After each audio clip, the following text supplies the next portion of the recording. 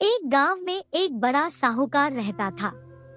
साहूकार बहुत पैसे वाला था। आसपास के कई गांव में उसका बड़ा नाम था। लेकिन इस साहूकार को अपने पैसों का, अपने रुतबे का और अपने नाम का बड़ा ही घमंड था।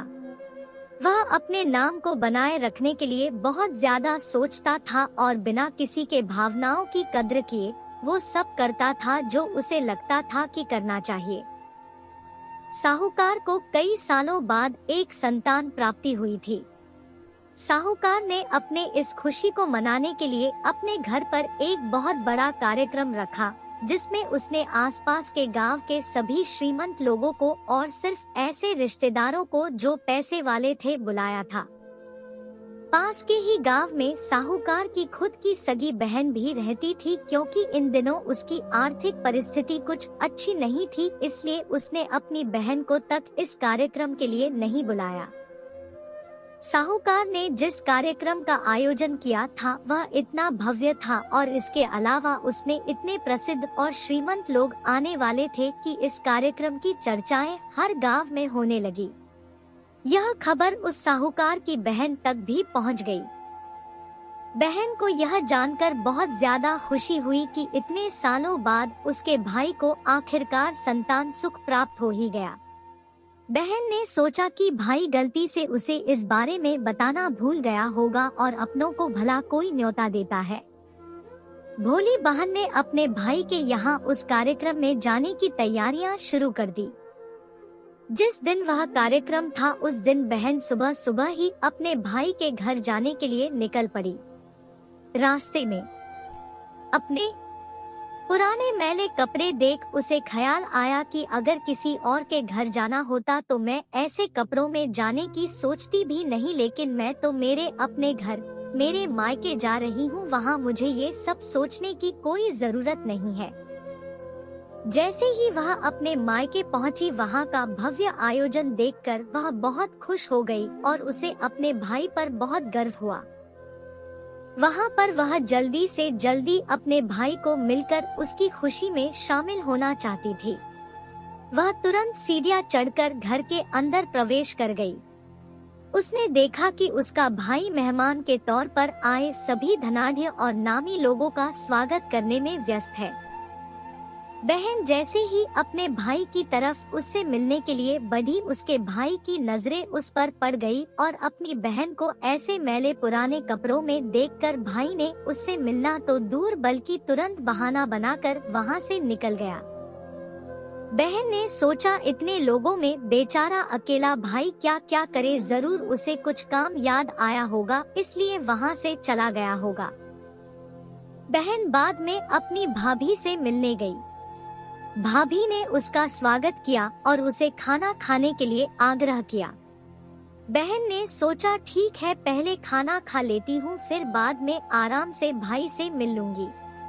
बहन खाना खाने के लिए पंगत में बैठी। साहूकार भाई ने देखा कि अपने सभी धनवान मेहमानों के बीच उसकी गरीब बहन बैठी हुई। सभी कीमती पोशाक पहने लोगों के बीच उसकी बहन जो पुराने मेले कपड़े पहनकर बैठी थी, यह साहूकार से देखा नहीं गया। उसने अपनी बहन को अपने पास बुलवाया, भला बुरा सुनाया और वहां से जाने के लिए बोला। बहन ने अपने सपने में भी नहीं सोचा था कि उसके साथ कभी ऐसा व्यवहार भी हो सकता है, और वह भी उसके खुद के मायके में। अपना अपमान होने के बाद बहन तुरंत अपने घर ससुराल जाने के लिए चल पड़ी। बहन इस बात को पचा ही नहीं पा रही थी कि उसके अपने भाई ने उसके साथ इतना बुरा व्यवहार किया। उसकी आंखों से आंसू नहीं थम रहे थे। रास्ते में उसे अपनी पुरानी दोस्त मिली। उस दोस्त ने उसे रोने का कारण पूछा।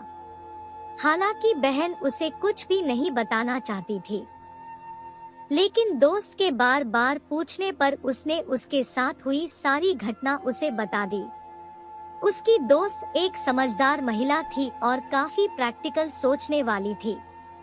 उसने कहा, अगर तुम मेरी बात मानो तो एक दिन तुम्हारा भाई खुद तुम्हें अपने यहाँ बुलाएगा और तुमसे माफी मांगेगा। बहन ने उसे कहा कि मैं तुम्हारी हर बात मानूंगी।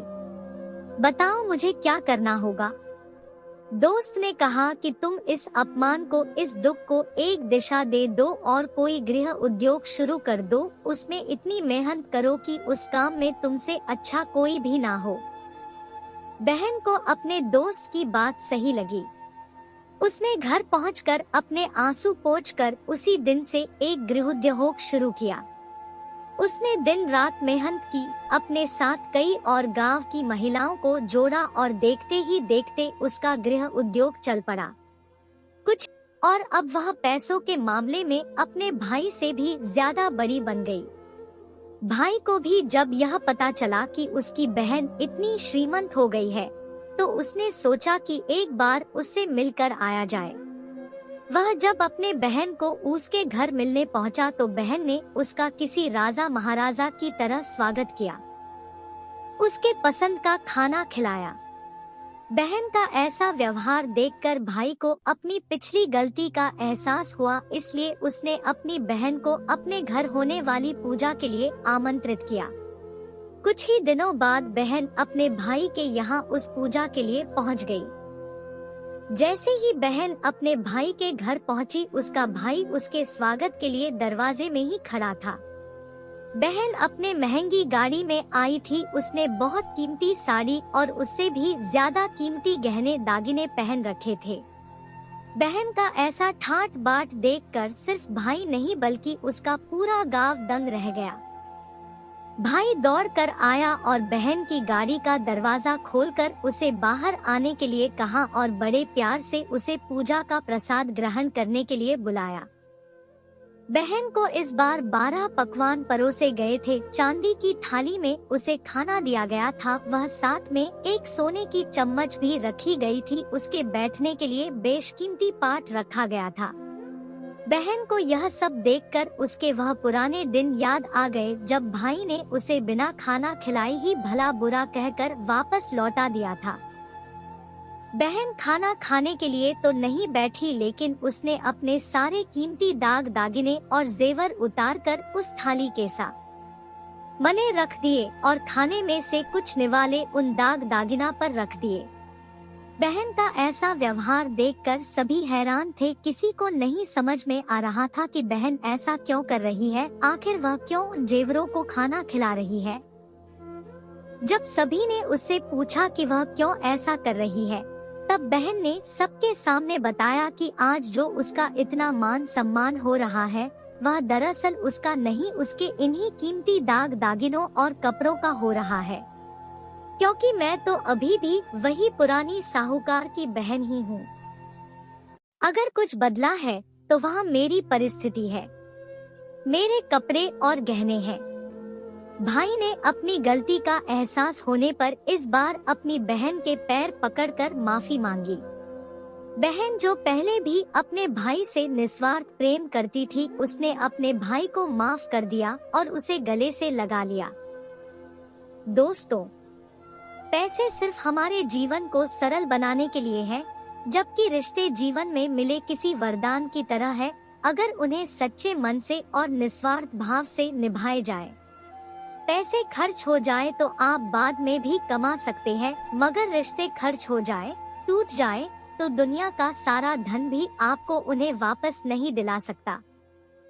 दोस्तों, उम्मीद करता हूँ मतलब का रिश्ता, दिल छूने वाली कहानी, हार्ट टचिंग स्टोरी आपके भी दिल को छूने में कामयाब रही होगी। पूरी कहानी पढ़ने के लिए आपका धन्यवाद। हम ऐसे ही कहानी आपके लिए लाते हैं। कहानी आपको पसंद आई है तो आप मेरे चैनल को सब्सक्राइब कर अपने